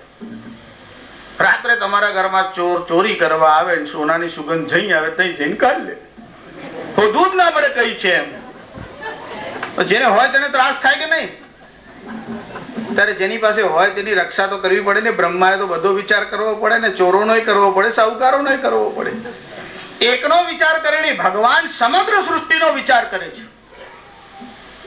કેમ કે બધાની માંગ જુદી, બધાની ડિમાન્ડ જુદી જુદી. કોઈને આ જોઈએ, કોઈને તે જોઈએ. જો ભગવાન પ્રસન્ન થાય અને ભૂંડને પૂછે શું જોઈએ, તો કે કીચડનો વરસાદ કરો. હવે એને એ ગમે તો એ કીચડનો વરસાદ. ભગવાન બગલાને પૂછે તારે શું જોઈએ, તો કે માછલાનો વરસાદ કરો. એને માછલા પાવે. હંસોને પૂછે તમારી શું ઈચ્છા, તો કે મોતીનો વરસાદ કરો. એમ કે હંસોને મોતી જોઈએ, બગલાને માછલા જોઈએ, ભૂંડને કીચડ જોઈએ. ભગવાને જળનો વરસાદ કર્યો, એમાંથી જ માછલા થાય, એમાંથી જ મોતી થાય, એમાંથી જ કીચડ થયું. ભગવાન એવું કરે કે બધા જીવો એક સાથે સંતુષ્ટ થઈ જાય. એને કહેવાય મહેશમ. એના શાસનમાં તમારે ડાપણ કરવાની જરૂર નહીં. આવું કરો, કામ કરવું જોઈએ. ગંધ સુવર્ણ ફલ ઇક્ષુદંડે. બીજી ભૂલ કેવી કરી, આ શેરડી બનાવી એમાં ફળ લગાડ્યા હોત તો કઈ વાંધો હતો. ચીકુ જેવા, ટામેટા જેવા, દ્રાક્ષ જેવા, છોલો કાપો, કેટલો ત્રાસ. એટલે ફળ તો ફટાફટ ખવાઈ જાય દ્રાક્ષની જેમ. શેરડીમાં ફળ ના લગાડ્યું. નાકારે પુષ્પ ખાલુ ચંદન. આ ચંદન આટલું સરસ છે, એમાં ફૂલ ના ઉગાડે. તને ચડાવતી ને અમે લગાવતી. ચંદન ને ઘસવું પડે છે, એને ફૂલ આવતા નથી. નાકારી પુષ્પ ખાલુ ચંદન. વિદ્વાન ધનાઢ્યો. વિદ્વાન હોય તો ધન ના હોય, ધન હોય તો બુદ્ધિ ના હોય. જો કે બધા ધનવાનો તમારે જેવું કહેવાય નહીં કે તમારા બુદ્ધિ છે જ નહીં એવું. પણ આ તો શક્યતા ખરી કે ધન આવે એટલે અક્કલ આવી જાય એવું કશું નહીં. અરે બુદ્ધિ તો બળદ જેવી હોય ને, તેની પાસે પણ ધન આવી જાય છે. ભગવાન શિવની પાસે શું છે? બળદ છે, નંદી છે. એના ઉપર સવારી કરે છે. બળદિયા જેવા લોકો પણ ભગવાનના કામમાં આવે તો એની પૂજા થાય. એટલે શિવ મંદિરમાં નંદીની પૂજા થાય છે. બુદ્ધિમાન હશો એટલે આ દેશમાં પૂજા થાય એવું નહીં. બધા બહુ લોકો બુદ્ધિમાન થયા. રાવણના પાસે કઈ બુદ્ધિ ઓછી નહોતી. સાહિત્યનું જ્ઞાન છે, કાવ્યનું જ્ઞાન છે. રચના તો જુઓ, શિવ તાંડવ. અરે લંકાપતિ રાવણકૃત અર્ક પ્રકાશ નામનો એક ગ્રંથ છે. જે લોકો આયુર્વેદ શાસ્ત્ર ભણ્યા છે એને ખબર છે કે જુદા જુદા અર્ક ઔષધિ જુદા જુદા કામોમાં વપરાય. કર્તા સંગીત શાસ્ત્રસ્ય. અરે સંગીત શાસ્ત્રના જે કર્તા છે એમાં રાવણનું નામ છે. સંગીત જાણે છે, કાવ્ય જાણે છે, યુદ્ધ જાણે છે, ભગવાનની ભક્તિ જાણે છે. બુદ્ધિ ઓછી નથી, ગુણ ઓછા નથી, પણ કેવળ ગુણ અને બુદ્ધિ છે એટલે પૂજા થશે એવું નથી. તમારી બુદ્ધિને સુવાસ હોવી જોઈએ. એટલે અમારે ત્યાં વિદ્યા આપવા વાળા અશિવ નથી, શિવ છે. બાકી દુનિયાના અન્ય અન્ય ખંડોમાં જાઓ, જેને વિદ્યા આપી છે ને એ બધા અશિવ, અકલ્યાણકારી, ભગવાનને ન માને એવા લોકો પણ વિદ્યા આપે. અમારે ત્યાં જેટલી વિદ્યાઓ છે એ વિદ્યાઓને પ્રદાન કરવા વાળા ભગવાન શિવ છે. ઈશાન સર્વ વિદ્યાનામ. બધી જ વિદ્યાઓના અધિપતિ છે. પાણીનીએ વ્યાકરણ શાસ્ત્રની રચના કરી, એના સૂત્ર ભગવાન શિવના પાસેથી મળ્યા. જો હવે આ ભગવાન શિવનો મહિમા તો બહુ મોટો વિષય કહેવાય. આમે શિવ પુરાણ 7 દિવસ સુધી આપણે બોલીએ છીએ. આપણે તો થોડી વાર બેઠા છે, શ્રાવણ માસ છે, ભગવાનના ગુણાનુવાદ ગઈએ એટલે ભગવાન શંકરાચાર્યનું આ સ્તોત્ર છે એના થોડા શબ્દોનો વિચાર કરીએ. એમાં લખ્યું ભગવાન શિવ મહેશમ એટલે મહાન અનુશાસન કરવા વાળા છે. વસ્તુતઃ બ્રહ્મા, વિષ્ણુ અને મહેશ એ ત્રણમાં ભેદ છે જ નહીં. એક જ પરમાત્મા 3 કાર્ય કરે છે. એટલે 3 જુદા જુદા રૂપ લઈને આવ્યા છે. પણ એ જ બ્રહ્માની ભૂલો શોધી કાઢી. શેરડીમાં ફળ ન લગાડ્યા, ચંદનમાં ફૂલ ન લગાડ્યું. વેદવાન ધનાઢ્યો નતુ દીર્ઘ જીવી. ધાતા પુરા કોપિન બુદ્ધિ દો ભૂત. અરે આ બ્રહ્માને કોણ અક્કલ આપે એવું લખ્યું છે. આપણે ત્યાં વાણી સ્વતંત્રતા તો છે જ. દેવી દેવતાઓ માટે પણ તમારે જે બોલવું હોય તે બોલવાનું. પણ એ સ્વતંત્રતાનો દુરુપયોગ થયો. તમે દુનિયાના બીજા ધર્મમાં જુઓ, એટલી બધી સંકુચિતતા છે. અરે કોઈ કુરાન માટે લખી તો જોવે ગમે તેમ. તમારે રામાયણ માટે આલોચના કરવાની છૂટ, મહાભારત માટે છૂટ. તમે મોહમ્મદના માટે આલોચના તો કરી જો જાહેરમાં. કેવી કટ્ટરતા અને જનૂન. અમારે ત્યાં દરેકને પોતાનો મત કહેવાની છૂટ છે. અરે તમે ઈશ્વરને ન માનતા હો તો પણ આપત્તિ નહીં. નાસ્તિક છો તે પોતાનું બગાડશે, પણ દેશદ્રોહી છે એ આખા રાષ્ટ્રનું બગાડે છે. નાસ્તિક જો ખોટું કર્મ કરશે તો એની વ્યવસ્થા છે, એને એના કર્મનું ફળ મળશે. તમારે ચિંતા કરવાની જરૂર નહીં. હા, તમારામાં સામર્થ્ય હોય તો એને ઈશ્વર શું છે એ તમે સમજાવી શકો. જો શિવ છે, મહાન છે, શાસન કરવા વાળા છે, એનાથી કોઈ શ્રેષ્ઠ શાસક નથી તો દેખાતા નથી, એના અસ્તિત્વને કેમ માની લઈએ? અમારે ત્યાં સાંખ્ય શાસ્ત્રમાં એવું કહે છે, અમારે ત્યાં સાંખ્ય શાસ્ત્ર ઉપરની એક કારિકા છે, એનું નામ સાંખ્ય કારિકા છે. એમાં ઈશ્વરના વિષયમાં ચર્ચા છે કે ઈશ્વર છે તો દેખાતો કેમ નથી. વસ્તુતઃ સાંખ્ય શાસ્ત્ર અનિશ્વરવાદી છે, પણ સાંખ્ય શાસ્ત્ર પોતે જ એવું કે છે જે વસ્તુ ન દેખાય તે નથી, એવો નિયમ નથી. કેમ કે કોઈ વસ્તુ અતિશય દૂર હોય તો તમને દેખાય નહીં. તમારો કોઈ ભાઈ અમેરિકામાં રહેતો હોય તમને અહીંથી ન દેખાય, એટલે નથી એવું નહીં કહેવાય. અતિ દૂરત્વાદ સામીપ્યાદ, બહુ નજીક હોય તો પણ ના દેખાય. એવું નહીં સમજો કે દૂર છે એટલે ન દેખાય, નજીક હોય તો ન દેખાય. તમે કહો શાસ્ત્રીજી આ ઘડિયાળ મને દેખાય છે, એનું કારણ હજુ આ નજીક નથી, પણ તમારી આંખમાં કચરું પડે ત્યારે બીજાને કહેવાનું જો દેખાય તારી આંખમાં છે તું જ જો ને. એનું કારણ તમારે વસ્તુને જોવા માટે થોડુંક ડિસ્ટન્સ તો જોઈએ જ. એટલા ડિસ્ટન્સ પર તમે પુસ્તકને છાબુ આમ અડાડી દો તમને ન વંચાય. એટલે જેમ દૂરનું ન દેખાય એવું કઈ નહીં, નજીક હોય તો પણ ન દેખાય. જેમ અતિશય દૂરથી દેખાતું નથી તેમ અતિશય નજીકથી પણ દેખી શકાતું નથી. એવું દરેક ઇન્દ્રિયોના બારામાં છે. હવે હમણાં હું સાંખ્ય કારિકાઓ બોલતો રહું તો આપણો શ્લોક પૂરો આજે ન થાય. મારે એવું કહેવાનું છે કે ભગવાન શિવ એ ઈશ્વર એટલે લોકપાલો ઉપર અનુશાસન કરવા વાળા છે. જો લોકપાલ હોય કે બ્રહ્મા હોય એને પણ દંડ આપવાનું સામર્થ્ય ભગવાન શિવનું છે. કથા તમને બધાને ખબર હશે, શિવ પુરાણમાં તમે બહુ વાર જોયો છે કે ના બ્રહ્માના મનમાં તો યુગોથી હું ઉપર જઉં છું, યુગોથી આ નીચે આવે છે, એને ઉપરના છેડાની ખબર નથી. હવે આપણે શ્રમ શું કામ કરવું? એટલે બ્રહ્મા ત્યાંથી પાછા વળ્યા અને વિષ્ણુ નીચેથી આવ્યા. વિષ્ણુએ કીધું મને તો એનો અંત ન મળ્યો. બ્રહ્માએ કીધું હું ઉપરનો છેડો જોઈ આવ્યો. અને કેતકી એમાં સાક્ષી પૂરી કે હા બ્રહ્માએ ઉપરનો છેડો જોયો છે, એટલે કેતકીને પણ શાપ આપ્યો મારી પૂજામાં તારો ઉપયોગ નહીં થાય. ભગવાન શિવની પૂજામાં કેવડો કેતકી ચડાવાતી નથી. પછી એને ક્ષમાયાચના કરી એટલે શંકરે કીધું સારું શિવરાત્રીના દિવસે વર્ષમાં એક વાર ચડાવવાનો અધિકાર છે. પણ બ્રહ્મા ખોટું બોલ્યા એટલે ભગવાન શિવને ક્રોધ નિર્માણ થયો. જો ભગવાન શંકર ક્રોધ કરે એમાં પણ કલ્યાણ હોય. એટલે જયારે ભગવાને ક્રોધ કર્યો ત્યારે એમના શરીરમાંથી એક ભૈરવ બહાર આવ્યો. તમે લોકો ઘણી ઠેકાણે ભૈરવના મંદિરો જોયા હશે, ભૈરવનું નામ પણ સાંભળ્યું હશે. એ કાળ સ્વરૂપ થયો હતો. એટલે જયારે પ્રલય સમયનો કાળ કેવો હોય એવો પ્રલયંકર સ્વરૂપ વાળો હતો, એટલે એનું નામ કાલ ભૈરવ થયું. અને કાલ ભૈરવને ભગવાન શંકરે આજ્ઞા કરી કે બ્રહ્મા પણ ખોટું બોલે તો એને દંડ કરવો જોઈએ. જો મહેશમ શાને માટે છે કે પોતાના જ પરિવારમાં વસ્તુતા તો બ્રહ્મા એક છે, પણ લીલાના દૃષ્ટિથી બોધ આપવાને માટે બ્રહ્મા પણ અસત્યનું આચરણ કરે એને પણ દંડ આપવાનો. શાસન આવી રીતે થાય, પોતાનો ને પરાયો એવો ભેદ શાસનમાં ન હોય તો મહેશમ ન હોય. એટલે કીધું બ્રહ્માને પણ દંડ આપો. એટલે પોતાના જે ઉગ્ર નખ હતા 5 એનાથી ભૈરવે બ્રહ્માનું માથું કાપી નાખ્યું.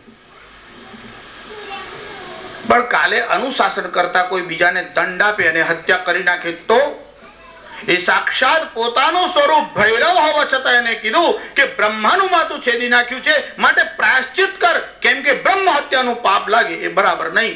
એટલે બ્રહ્મ હત્યા એક કન્યા જે ભગવાન શિવે નિર્માણ કરી એ જ બ્રહ્મ હત્યા હતી. એને ભગવાન શંકરે આજ્ઞા કરી તારો પ્રવેશ સમગ્ર જગ્યાએ થઈ શકે, કેવળ કાશીમાં થઈ શકશે નહીં. બીજી બધી નગરી કરતા કાશીની વિશેષતા જુદી છે. આખી પૃથ્વીનું નિર્માણ થાય પણ કાશીનું નિર્માણ થતું નથી, અને આખા બ્રહ્માંડનો લય થાય પણ કાશીનો લય થતો નથી. જ્યારે આખા બ્રહ્માંડનો લય થવાનો હોય ત્યારે ભગવાન શંકર પોતાના શૂલ ઉપર કાશી નગરીને ધારણ કરે છે, અને જ્યારે સૃષ્ટિની રચના થાય ત્યારે કાશી નગરીને યથાવત પાછી રાખે છે. કાશીની બહુ મોટી વિશેષતા છે. કાશ્યાન મરણાન મુક્તિ, કાશીમાં શરીર છૂટી જાય તો પણ મુક્તિ પ્રાપ્ત થાય એવો કાશીનો મહિમા છે.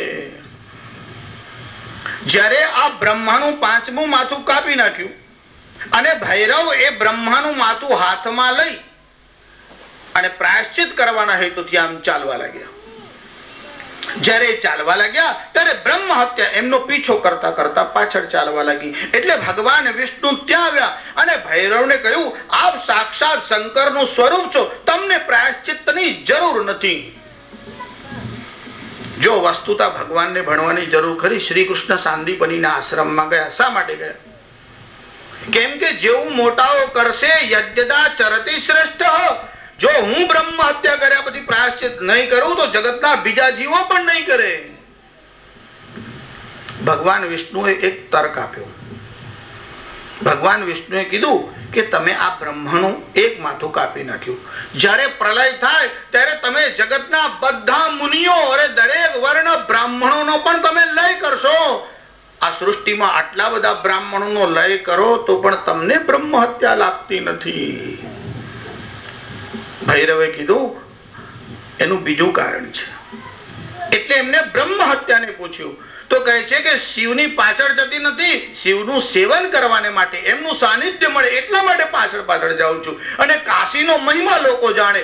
પણ જ્યારે બ્રહ્માનું માથું લઈ અને ભૈરવે આમ કાશીમાં પ્રવેશ કર્યો અને એમના હાથમાંથી આ બ્રહ્માનું મસ્તિષ્ક છૂટી ગયું અને ભૂમિ પર પડ્યું અને જે બ્રહ્મ હત્યા પીછો કરતી હતી ત્યાંથી ચાલી ગઈ. એકદમ જ સમાઈ ગઈ જમીનમાં. બ્રહ્માના હાથમાંથી અરે ભૈરવના હાથમાંથી જ્યારે બ્રહ્માનું 5મું મસ્તક છૂટી ગયું.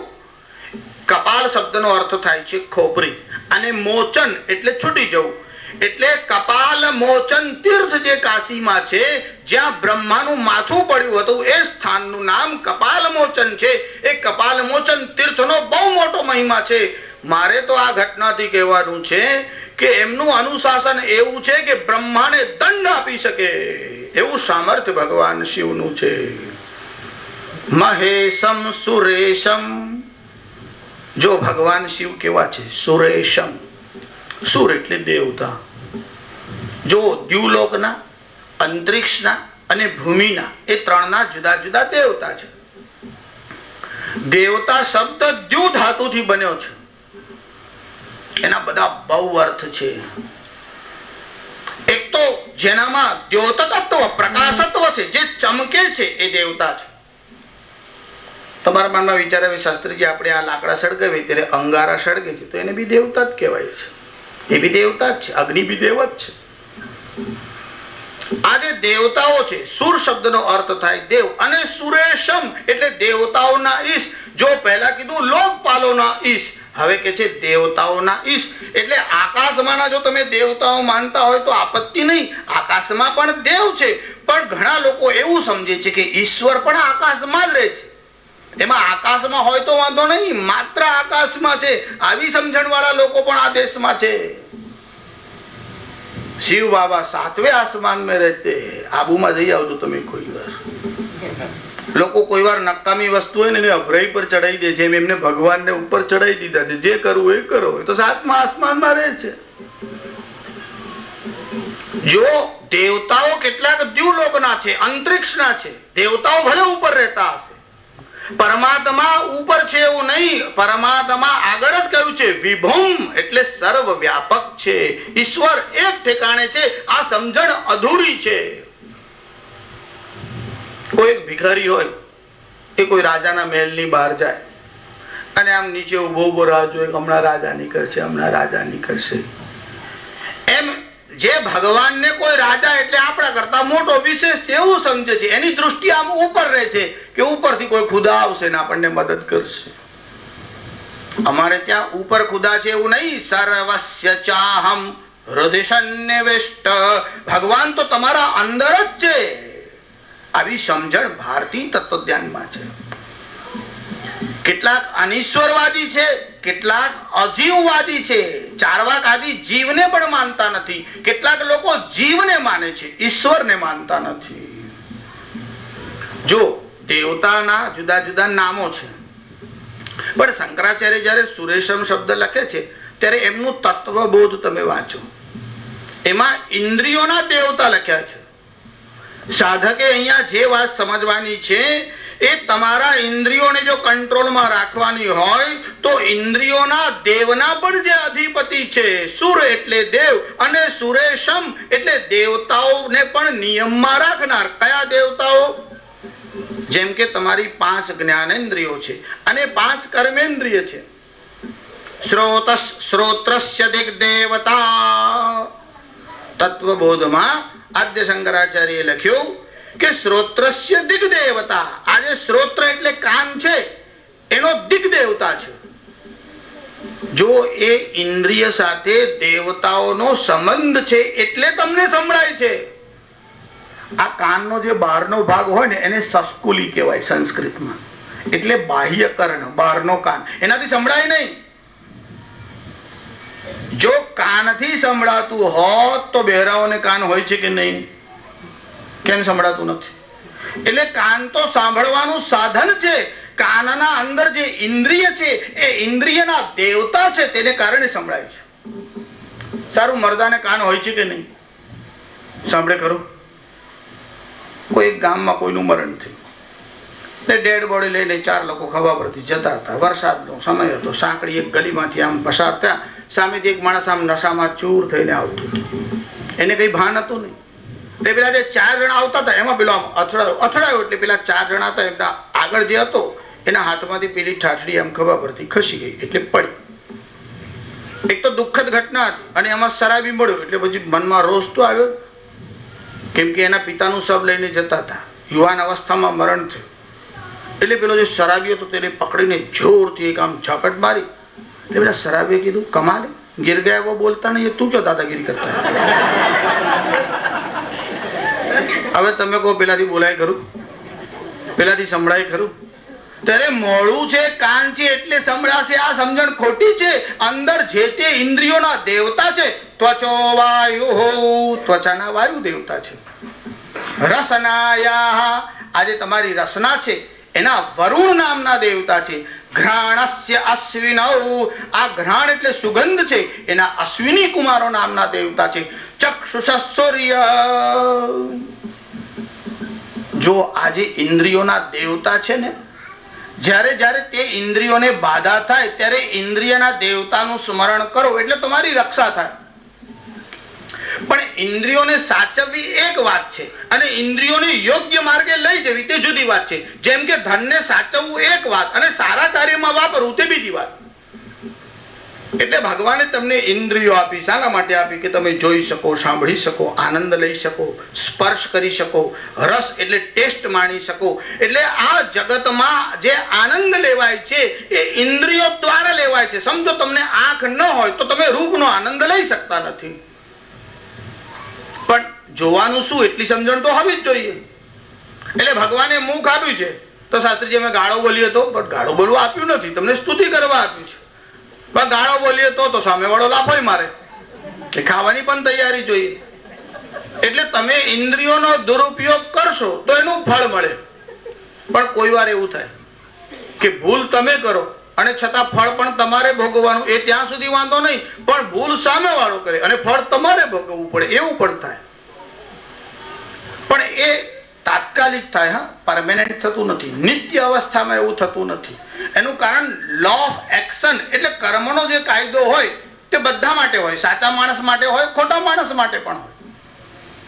અહીંયા શંકરાચાર્ય લખ્યું મહેશમ સુરેશમ, એટલે આ ઇન્દ્રિયોના જે દેવ છે એના અધિપતિ શિવ છે.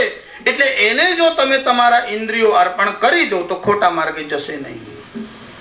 અર્જુને આ જ બુદ્ધિમત્તા વાપરી કે પોતાના રથની જે લગામ છે એ શ્રી કૃષ્ણના હાથમાં સોંપી.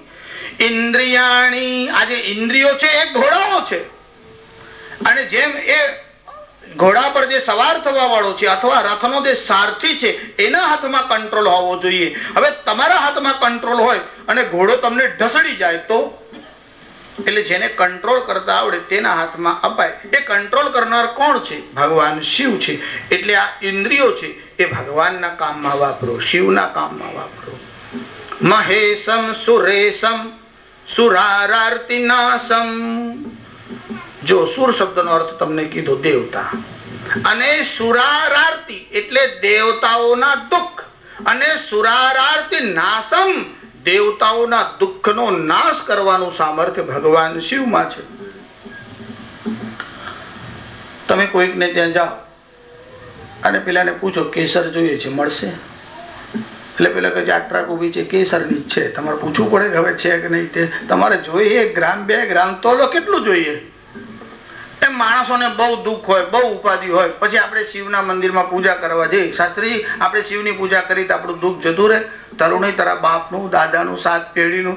શાસ્ત્રીજી કેટલી પેઢીઓ હતી? તારા બાપ દાદા નહીં, એમને જે હાચવતા હતા તે દેવતાઓને જો દુઃખ થાય તો એનો પણ નાશ કરવા વાળા ભગવાન શિવ છે, તો તારું તો થઈ જ જાય ને. સુરારાર્તિ નાશમ, જ્યારે જ્યારે દેવતાઓને આપત્તિ આવે ત્યારે ભગવાન શિવની શરણમાં જાય. જો દેવ કોણે કહેવાય? અમૃત પીવે એનું નામ દેવ, અને ઝેર પીવે એનું નામ મહાદેવ. તો શાસ્ત્રીજી અમે માકણ મારવાની દવા પી છીએ, મહાદેવ ખરા કે નહીં? ઝેર પીએ જો મહાદેવ હોય તો અમે અખતરો કરીએ.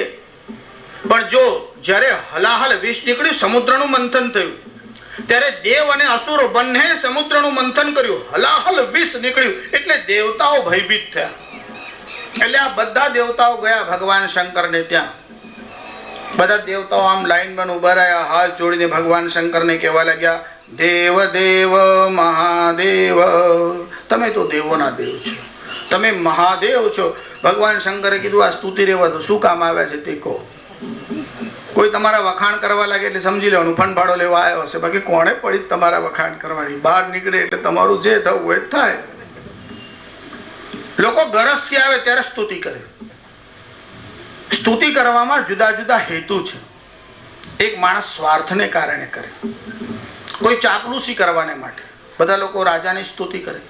હવે જેટલા કવિઓ છે કે બધા ભગવાનની કે રામકૃષ્ણની સ્તુતિ કરે એવું કશું નહીં. એ તો રાજાને ખુશ કરવા માટે. કે રાજાના દરબારમાં એક કવિ હતું. રાજાએ કીધું કાવ્ય બનાવો. તો કહે છે કે હમણાં? તો કે હા હમણાં જ કઈ સંભળાવો, બધા લોકો સભામાં બેઠા છે. એટલે બોલવા લાગ્યો તરત કે ફૂલ તો ગુલાબ કા और फूल काहे का. ફૂલ તો ગુલાબનું, બાકી કઈ ફૂલ છે? કે ફૂલ તો ગુલાબ કા और फूल काहे का, और दूध तो गाय का और दूध काहे का.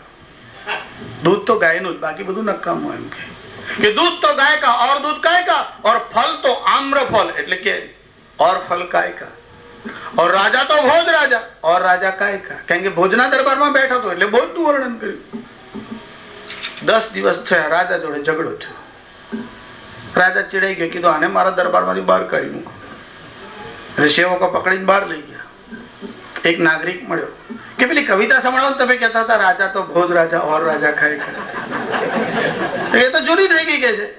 તો નવું કાવ્ય સાંભળો કે ફૂલ તો કપાસ કા ઓર ફૂલ કાય કા. ગુલાબનું ફૂલ કઈ ફૂલ છે? 1 કલાકમાં ચીમડાઈને ખલાસ થઈ જાય. કપાસનું ફૂલ એટલે કે પ્રીત કરો તો ऐसी કરો जैसे करे कपास, કે જીતે જીતો તન ઢકે ઓર મરે ન છોડે સાથ. કફનમાં પણ જોડે આવે એવું ફૂલ. ગુલાબનું ફૂલ હું તો ઉપર પડી રહીને ખરી જાય. કે ફૂલ તો કપાસ કા ઓર ફૂલ કાય કા, ઓર કે દૂધ તો માય કા ઓર દૂધ કાય કા. કે ટીદાર તો તમે એવું કહેતા હતા, એ બરાબર છે, જૂની કવિતા હતી. કે દૂધ તો માય કા, 2 જણા આપસમાં લડત, કોઈ એવું કે ચાલ બાટલીનું કે પોટલીનું દૂધ પીધો તો આવી જાય, એવું કોઈ કે ચાલ માનું દૂધ પીધો હોય તો આવી જાય, એવું જ બોલે છે. કે दूध तो माय का और दूध काहे का, और फल तो कर्म फल और फल काहे का. आम्र फल तो कई फल છે? કર્મમાં ના હોય તો કર્મમાં ના હોય. આંબા તો ખાય કાંદા, કર્મમાં હોય તો આંબા ખાવા મળે, નહીં તો કાંદા એટલે ડુંગળી ખાતા હોય છે. કે ફલ તો કર્મ ફલ और फल काहे का, और राजा तो मेघ राजा और राजा काहे का. આ મેઘ ના પડે તો બધા ઢીલા થઈ જાય. એટલે રાજાની સ્તુતિ કરવાનું કાવ્ય જુદું છે, અને પરમાત્મા માટે પ્રીતિ છે. જેમ ઘણીવાર સંતો અને કવિઓ છે એની સરખામણી માની સાથે કરી છે.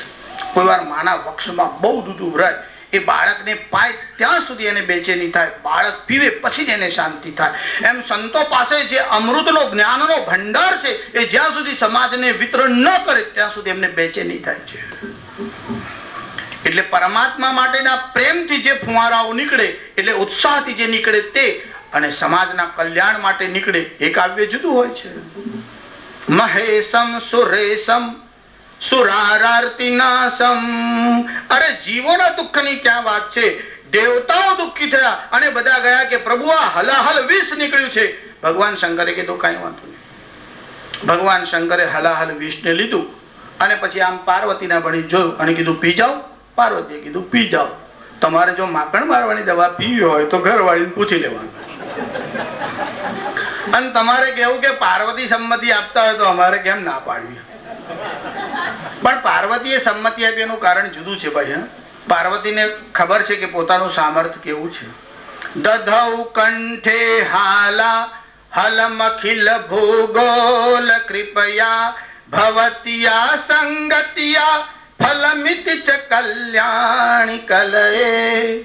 કેટલાક છોકરાઓ છે ને અટક ચાળા હોય. અટક ચાળા એટલે ચાલતા ચાલતા કોઈને ત્રાસ આપે, હળી કરે. અને એમાં જો કોઈ પહેલવાન જોડે હોય તો એ ઝઘડો કર્યા વગર રહે જ નહીં. એને ખબર છે કે આ જોડે જાય પછી ઉપાડ લેશે. મહાભારતમાં બધી બહુ કથાઓ આવે છે. મહાભારત તો એક એવો એન્સાયક્લોપીડિયા ગ્રંથ છે કે દુનિયાનો કોઈ વિષય બાકી નહીં. એમાં બધી બહુ કથા છે. એમાં જરાસંધની કથા આવે છે. આ જરાસંધ અને શિશુપાળની કથા છે. આ શિશુપાળ નિર્ભય હતો. એનું કારણ જરાસંધ જોડે છે ને કોણ આપણને બગાડી શકવાનું છે. હવે હું બધી કથામાં હમણાં જતો નથી. મારે એવું કેવું છે કે જોડે કોઈ હોય તો માણસ નિર્ભય રહે છે. આ છે ને કોઈ મને શું અડકે, આ તો ચેમ્પિયન છે, શૂટિંગ જાણે, રિવોલ્વર નું લાયસન્સ છે એની પાસે, એટલે પછી દાદાગીરી એ કરે, રિવોલ્વર પેલા પાસે. ત્યારે પાર્વતી જોડે બેઠા હોય એટલે ભગવાન શંકરને ભય નથી. કારણ કે તવ જનની સૌભાગ્ય મહિમા, હે પાર્વતી, જગતની દરેક સ્ત્રીઓને પોતાનું સૌભાગ્ય અખંડ રહેશે કે નહીં એમાં ભય છે, તને ભય નથી. એનું કારણ તારું સૌભાગ્યનું ચિહ્ન કોઈ ખસાવી શકે એમ નથી. તારું સામર્થ્ય કેવું છે. અરે તારા સામર્થ્યથી બીજાઓને સૌભાગ્ય મળે. શંકરને શું થવાનું છે. અને હલાહલ વિષ ભગવાન શંકર પી ગયા. જો દેવતા ઉપર નહીં અખિલ ભૂમંડળના પર કૃપા કરવાને માટે ભગવાન શંકર હલાહલ વિષ પીવા લાગ્યા. પણ આમ જલ્દી જલ્દી પીતા હતા એટલે થોડા ટીપા આમ નીચે પડ્યા. ઉતાવળા પીવા જાવ તો થાય ને એવું. તે ટીપા આમ પડવા લાગ્યા. તે કોઈના પેટમાં ગયા, કોઈની જીભમાં ગયા, કોઈના આંખમાં ગયા, કોઈની જીભમાં ઝેર, કોઈની આંખમાં ઝેર. બધે કોઈને ક્યાં ક્યાં ગયા કેવું મુશ્કેલ છે ભાઈ. પણ દેવતાઓને આપત્તિ આવે. જો બધી બહુ કથાઓ છે. હવે તમને ઘડિયાળ પણ જોઉં છું, કથાઓનો પણ વિચાર કરું છું. શંખચૂડનો ત્રાસ વધ્યો અને દેવતાઓ ગયા અને પછી ભગવાન શંકરે શંખચૂડનો વધ કર્યો. આ તો મેં તમને 2 શબ્દમાં વાક્યમાં બધી કથા કહી દીધી. પણ દેવતાઓને આપત્તિ થાય ત્યારે પણ ભગવાન શિવની શરણમાં જાય છે. આ ભગવાન શંકર કેવા છે. મહેશમ સુરેશમ સુરારાર્તિ નાશમ વિભુમ વિશ્વનાથમ વિભૂત્યંગ ભૂષમ. વિભુમ એટલે સર્વવ્યાપક છે. તમારે કોઈ ઠેકાણે પૈસા મૂક્યા હોય પછી એ ગામમાંથી તમારી ટ્રાન્સફર થઈ જાય તો પૈસા લેવા માટે તમારે પાછું ત્યાં જવું પડે. અથવા એની બીજી બ્રાન્ચ હોય ત્યાં જવાય. એની બ્રાન્ચ ના હોય ત્યાં જાઓ તો પેલો રૂપિયા ના આપે. તમે પુણ્ય મદ્રાસમાં કર્યું હોય અને અમેરિકામાં તમારું શરીર છૂટી જાય અને ત્યાં શિવનું સ્મરણ કરો તો પણ તમારી સદગતિ થાય. એનું કારણ દેશ અને કાળ એનો બાદ પરમાત્મામાં આવતો નથી. એ ભગવાન શિવ કેવા છે. વિભુમ સર્વવ્યાપક છે કે મહેશમ સુરેશમ સુરારાર્તિ નાશમ વિભુમ વિશ્વનાથમ વિભૂત્યંગ ભૂષમ. વિભુમ વિશ્વનાથમ. જો આ જગતનો કોઈ ધણી જ નથી એવું તમે સમજશો ના. ભગવાન શિવ આ જગતના નાથ છે. હવે વિષ્ણુ અને શિવ બંને જગતના નાથ છે. ભગવાન શિવનું નામ વિશ્વનાથ છે અને વિષ્ણુનું નામ જગન્નાથ છે. વાત તો એક જ છે. જગન્નાથ કહો કે વિશ્વનાથ કહો, આ ચલાવવા વાળી શક્તિ એક જ છે. આ ભગવાન શિવ વિશ્વનાથ છે. વિભુમ વિશ્વનાથમ વિભૂત્યંગ ભૂષમ. વિભૂત્યંગ ભૂષમ એટલે વિભૂતિ અંગ ભૂષમ. ભગવાન શંકરે ભસ્મ કેમ લગાડી છે. તો શાસ્ત્રીજી હિમાલયમાં બહુ ઠંડી પડે ને એટલે લગાડી દીધી હશે. આ બરફમાં મહાદેવ નથી, સર્વવ્યાપ્ત છે. અગ્નિને અગ્નિ બાળી શકતો નથી. બરફમાં પણ શિવ છે. એમને ઠંડી લાગવાનો ભય થતો નથી. હા, ત્યાં જે બાવાઓ હોય એ લગાડે તો બરાબર છે કે ઠંડી ન લાગે એમ. એમાં બી સમાધિમાં ગયો હોય તેને શરીરની કોઈ પીડા થતી નથી. એવું તો ભગવાન શિવને તો થાય જ કેમ. પણ ભગવાન શંકરે ભભૂતિ લગાડી છે એ રક્ષા માટે નહીં, આવશ્યકતા છે માટે નહીં. જો કોઈ કામ આવશ્યકતા માટે કરવામાં આવે, જેમ કે વસ્ત્ર પહેરો છો તો આવશ્યકતા છે, તે જરૂર છે, પહેરવું જ જોઈએ. સમાજમાં રહો તો સભ્યતા પૂર્વક જ રહેવાય. પણ નેકલેસ ના પહેરવું હોય તો તમને કોઈ સ્કૂલમાંથી કોલેજમાંથી કાઢી ના શકે કે ભાઈ ઘડિયાળ પહેર્યા વગર ચાલ જા. ઘડિયાળ એ આવશ્યકતા નથી. આભૂષણ જુદું છે અને આવશ્યકતા જુદી છે. આભૂષણ વગર ચાલી શકે, આવશ્યકતા હોય એ મસ્ત જોઈએ જ. આ જે ભભૂતિ છે ને એ આવશ્યકતા નથી. જો આવશ્યકતા હોત તો શંકરાચાર્ય ઘરેણું શબ્દ નહીં વાપરતે. ભૂષમ આભૂષણ એટલે ઘરેણું. એ લખે છે ભગવાન શંકરનું આભૂષણ છે ભસ્મ. તો કોની શોભા વધે? ભગવાનની વધે કે સંસારની વધે? જો શંકરાચાર્ય બહુ શબ્દ સુંદર વાપર્યો છે. વિભૂત્યંગ ભૂષમ, એનું કારણ ભસ્મનો મહિમા બહુ મોટો છે. અરે શિવ પુરાણમાં તો અહીંયા સુધી લખ્યું કે ગમે તેવો જીવ હોય પણ ભસ્મ લગાડી હોય તો એનાથી યમદૂત ડરીને દૂર રહે છે. એવો ભસ્મનો મહિમા છે. હવે ભસ્મનું આધ્યાત્મિક રહસ્ય પણ છે. ભસ્મના પ્રકાર પણ છે કે ગાયના છાણામાંથી યજ્ઞમાં થાય તે ભસ્મ છે. એક લૌકિક ભસ્મ છે. લૌકિક ભસ્મ એટલે વાસણ સાફ કરવા વાપરો. તે ઘરમાં તમે ખીચડી કરવા લાકડા બાળો એની ભસ્મ હોય તે વાસણની સફાઈમાં વપરાય. એ લૌકિક ભસ્મ છે. પણ વૈદિક એટલે વૈદિક કર્મકાંડ થાય એમાં ગાયનું છાણું નાખવામાં આવે એનાથી ભસ્મ થાય. એ ભસ્મ જુદી છે. બીજી એક ભસ્મ છે જે અઘોર મંત્ર વડે તૈયાર કરવામાં આવે છે. હવે આ બધો વિધિ પ્રોસેસ બહુ મોટો છે પણ ભસ્મનો મહિમા બહુ મોટો છે એવું તમે યાદ રાખો. આપણે ત્યાં શિવ પુરાણ સિવાય અન્ય પુરાણોમાં પણ શિવનો મહિમા બહુ મોટો છે. આપણે ત્યાં સ્કંદ પુરાણ છે. એ સ્કંદ પુરાણમાં એક કથા આવે છે કે પાંચાલ નામના દેશમાં એક રાજા ક્ષત્રિય હતો. એનો પુત્ર જેનું નામ શિવકેતુ હતું. આ રાજકુમાર એકવાર શિકાર કરવા માટે જંગલમાં નીકળ્યો. હવે જયારે શિકાર કરવા માટે જંગલમાં નીકળ્યો ત્યારે એની જોડે રાજા નીકળે ને એટલે એકલો જાય જ નહીં. રાજાને રસાલો ને રસોઈયાને મસાલો જોઈએ, નાખે જ જાય. એને સંતોષ થાય જ નહીં. એમાં આ નાખે, તે નાખે, ધાણા નાખે, જીરું નાખે, તજ નાખે, મરી નાખે, લવિંગ નાખે. એમ રાજા બહાર નીકળે એટલે રસાલો જોડે હોય જ. એટલે 2-4 જણા હતા. એમાં એક સબર જાતિનો એટલે ભિલ્લ જાતિનો હતો. એનું નામ ચંડક હતું.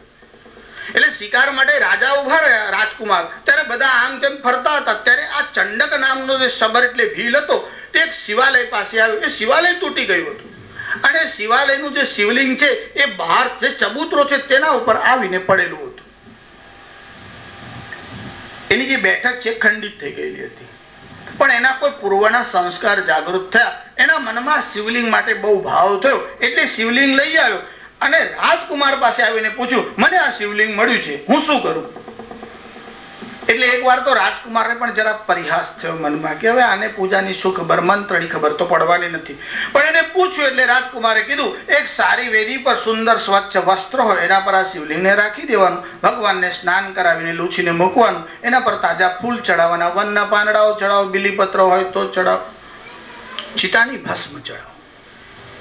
પછી તમે જે ભક્ષ્ય ભોજ્ય લેવાના હોય એવા તમારા ખાવા લાયક યોગ્ય પદાર્થ હોય તેનું ભગવાનને નૈવેદ્ય અર્પણ કરો. એટલે આને પોતાનો પૂજાનો ક્રમ ચાલુ કરે. એની પત્ની હતી, બધી સામગ્રી આમ તૈયાર રાખે અને એ રોજ પૂજા કરે. કેટલા વર્ષો સુધી નિયમિત એ પૂજા કરતો રહ્યો અને ચિતાની જે ભસ્મ હોય તે લાવીને ભગવાનને ચડાવતો. એકવાર એ પૂજા કરવા માટે બેઠો અને આમ ભસ્મ લેવા ગયો ત્યારે પાત્ર ખાલી થઈ ગયું હતું, એમાં ભસ્મ હતી નહીં. એટલે એના મનમાં દુઃખ થયું કે આટલા વર્ષોથી મારો પૂજાનો ક્રમ ચાલે છે અને આજે આ ક્રમમાં ભંગ પડશે. એની પત્ની પણ બાજુમાં બેઠી હતી.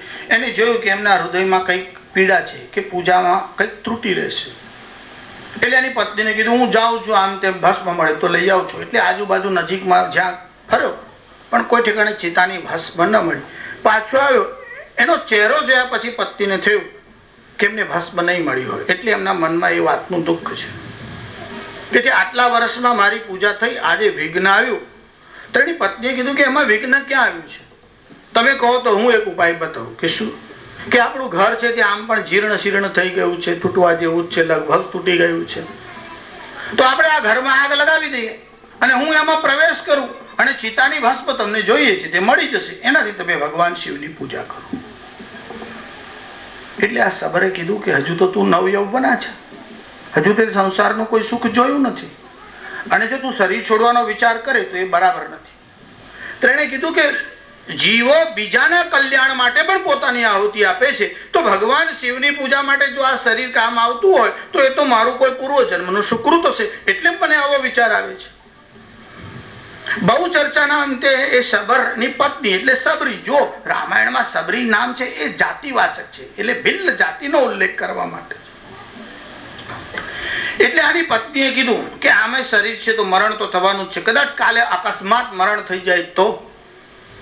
જો મરણ નક્કી જ છે, જાતસ્ય હિ ધ્રુવો મૃત્યુ, જે જન્મે એનું મરણ નક્કી જ છે, તો મરતા પહેલા આ શરીર કોઈ સત્કાર્યમાં વપરાઈ જાય તો એનાથી વધારે સારું શું? કહે છે કે એક નગરમાં એકવાર યુદ્ધ થયું ત્યારે રાજાએ કીધું કે નગરમાં જેને જોડાવવું હોય તે સિપાહી તરીકે જોડાઈ જાય. ત્યારે રાષ્ટ્ર ઉપર આપત્તિ આવી એટલે ઘણા બધા લોકો તૈયાર થયા. એ નગરમાં એક પિયાનો વાદક હતો જે બંને હાથથી આમ પિયાનો વગાડે. એના મનમાં તો હું યુદ્ધમાં જાઉં અને કાં તો મરી જાઉં કાં તો મારો હાથ કપાઈ જાય, અને તો પછી હું આ પિયાનો વગાડી શકું નહીં, એટલે યુદ્ધમાં જઈને શું કામ છે, ન ગયો. નગરના બીજા કેટલાક લોકો યુદ્ધમાં ગયા. એ નગરમાં એટલી બધી બમ વર્ષા થવા લાગી એટલે સામાન શિફ્ટ કરવાનો થયો. રાજાએ એને લોકોએ આદેશ આપ્યો કે અહીંયાથી બીજી જગ્યાએ ખસી જાઓ. એટલે પિયાનો ઉપાડીને જતા હતા, ઉતાવળમાં એ પિયાનો એના હાથ ઉપર સરક્યો અને એના બંને હાથ કપાઈ ગયા. પછી એના મનમાં થયું કે રાષ્ટ્ર માટે જો કામમાં આવ્યા હોત તો.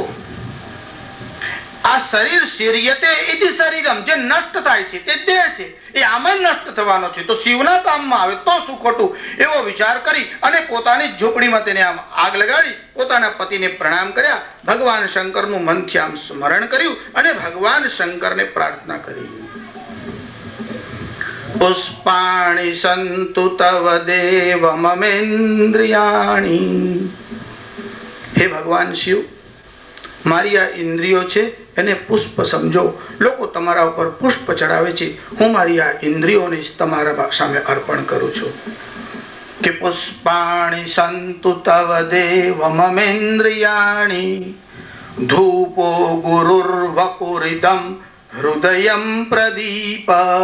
જેમ લોકો ગંધ ચડાવે છે ને એમ મારું શરીર બળશે ત્યારે એમાંથી જે ધુમાડો નીકળશે એ જ માનો કે અગરુની ગંધ છે. ધૂપો ગુરુર વપુરિદમ, વપુ એટલે શરીર, આ વપુર એ જ તમારા માટે ગંધ છે. અગરુ જેને આપણે અગરબત્તી કહીએ છીએ ને, ધૂપો ગુરુર એટલે ધૂપો અગરુ, અગરુની સુગંધ છે, એ અગરુ એમાં આવે એટલે એનું નામ અગરબત્તી એવું થયું છે. હૃદયમ પ્રદીપ, જેમ તમારી પૂજામાં દીવાનો ઉપયોગ થાય છે, મારું હૃદય એને જ આપ દીપ સમજો. હૃદયમ પ્રદીપ. પ્રાણા હવિષિ કરણાનિ તવાક્ષતાશ્ચ, મારા પ્રાણ એને હવિની આહુતિ સમજો, અને કરણાની મારા જે ઇન્સ્ટ્રુમેન્ટ એટલે કર્મેન્દ્રિય છે, તવાક્ષતાશ્ચ, જેમ તમારા પર કોઈ ચોખા ચડાવે છે એમ મારા કરણ જે છે બાહ્ય ઇન્દ્રિયો જે કર્મેન્દ્રિય છે એને તમે ચોખા સમજો. આ બધી પૂજાની સામગ્રી છે. પૂજા ફલમ વ્રજતુષામ પ્રથમે સજીવ, અને મારા પતિ જે પૂજા કરે છે એની આ સામગ્રી છે એવું સમજી અને પૂજા ફલમ એમને આ પૂજાનું ફળ પ્રાપ્ત થાય અને જન્મ જન્માંતર સુધી મારું શરીર, મારી ઇન્દ્રિય, મારા પ્રાણ એ તમારી સેવામાં લાગેલા રહે એવી મારી ઈચ્છા છે. અને પોતાનું શરીર છે તેની આહુતિ આપી. એટલે તરતનું જ આ શરીર બળેલું હતું એટલે બધી ભસ્મ આમ ભેગી કરી અને એને ભગવાન શિવના ઉપર ચડાવ્યું. અને ભગવાન શિવને અર્પણ કર્યા પછી નૈવેદ્ય અર્પણ કર્યું ભગવાનને. ભગવાનને પ્રણામ કર્યા, ભગવાનની આમ પરિક્રમા કરી અને નૈવેદ્ય એટલે પ્રસાદ લઈ. એનો ક્રમ હતો કે ઘરમાં પ્રસાદ લે એટલે એની પત્નીને આપે અને પછી પોતે લે. એટલે પ્રસાદ આમ હાથમાં લીધો અને પત્નીને આપવા આમ હાથ ઊંચો કર્યો અને મનમાં વિચાર આવ્યો કે એને તો શરીર છોડી દીધું છે. એટલામાં એની પત્નીને ત્યાં ઉપસ્થિત હાજર થયેલી જોઈ. એના મનમાં વિચાર આવ્યો કઈ સ્વપ્ન હશે, આ તો બળીને ભસ્મ થઈ છે, મેં મારી આંખથી જોયું છે. અને એને પૂછ્યું કે તું કોણ છે? તેની પત્નીએ કીધું કે તમને પ્રણામ કરી, ભગવાન શિવને પ્રણામ કરી મેં અગ્નિમાં પ્રવેશ કર્યો, પણ મારા શરીરમાં જલન થઈ નહીં, બળતરા થઈ નહીં. મને તો એવું જ લાગ્યું કે જાણે મેં જલમાં પ્રવેશ કર્યો છે અને એક અડધી ક્ષણમાં જેમ કોઈ ઊંઘમાંથી ઉઠીને આવે એવી રીતે હું આવી છું. ભગવાન શંકરના ગણો દેવલોકમાંથી વિમાન લઈ ત્યાં આવ્યા. આ સબર અને શબરી બંને પતિ પત્નીને ભગવાન શિવના 4 ગણો જે વિમાનમાં બેઠેલા હતા એમને ઉપર લેવા માટે જ્યાં સ્પર્શ કર્યો અને એમનું શરીર પણ દિવ્ય ભગવાન શિવના ગણોમાં ફેરવાઈ ગયું. અરે શ્રદ્ધાથી કરાયેલી જે પૂજા છે એનું ફળ આપવા વાળા ભગવાન શિવ છે. દેવતાઓ પર અનુકંપા નહીં, જીવ માત્રના ઉપર અનુકંપા એટલે કૃપા કરવા વાળા ભગવાન શિવ છે. મહેશમ સુરેશમ સુરારાર્તિનાશમ વિભુમ વિશ્વનાથમ વિભૂત્યંગ ભૂષમ વિરૂપાક્ષ. જો કેટલાક રૂપાળા હોય અને કેટલાક વિરૂપ એટલે કુરૂપ હોય, વિગતર રૂપ જેમાં રૂપ છે નહીં, પણ ભગવાન શિવ તો વિશિષ્ટ રૂપ વાળા છે. કેમ? વિરૂપાક્ષ એટલે વિકૃત આંખો, નાના નાના વિશિષ્ટ આંખ છે ભગવાન શિવની. સાધારણ જીવોને 2 નેત્ર છે, ભગવાન શંકરને 3 નેત્ર છે. એ 3 નેત્ર કયા છે? વિરૂપાક્ષ મિંદર્ક વહ્નિ ત્રિનેત્રમ. વિરૂપાક્ષ મિંદુ, ઇન્દુ એટલે ચંદ્ર, અર્ક એટલે સૂર્ય અને વહ્નિ એટલે અગ્નિ. સૂર્ય, ચંદ્ર અને અગ્નિ એ 3 આપના નેત્ર છે, એટલે તમે ત્રિનેત્ર છો. કોઈની પાસે જ્ઞાન છે પણ હૃદય ન હોય, એવું બને. લુખ્ખો હોય સ્વભાવથી માણસ, બુદ્ધિ બહુ હોય પણ ઉપયોગ શાના માટે? કેવળ ધન કમાવા માટે. કોઈની પાસે પ્રેમ હોય, જ્ઞાન ના હોય. કોઈની પાસે જ્ઞાન અને પ્રેમ હોય તો એની પાસે ન્યાય ના હોય. ભગવાન શિવના પાસે જ્ઞાનનું નેત્ર છે, પ્રેમનું નેત્ર છે અને ન્યાયનું નેત્ર છે. પણ ન્યાય કરવાનો હોય તો તમને ઘટના થઈ છે એની ખાતરી હોય, એટલે સાક્ષી હોવા જોઈએ. સાક્ષી કોણ છે? જગતમાં કોઈ પણ ઘટના બને એ પ્રકાશની હાજરીમાં બને. દિવસ હોય તો સૂર્યની હાજરી હોય, રાત્રિ હોય તો ચંદ્રની હાજરી હોય. અને દિવસ અને રાતમાં કદાચ અમાવાસ્યાની રાત હોય, ચોમાસાની રાત હોય, અંધારી રાત હોય તો તમારા હાથમાં ટોર્ચ હોય, ફાનસ હોય, લાઈટ હોય, પણ તમે આ બધા અગ્નિના સ્વરૂપ છે. પ્રકાશ માટે આ 3 ઉપર જ ડિપેન્ડ રહેવું પડે, સૂર્ય, ચંદ્ર અને અગ્નિ. પછી અગ્નિનું ફોર્મ એટલે સ્વરૂપ ગમે તે હોય, પ્રકાશ એ જ સાક્ષી છે.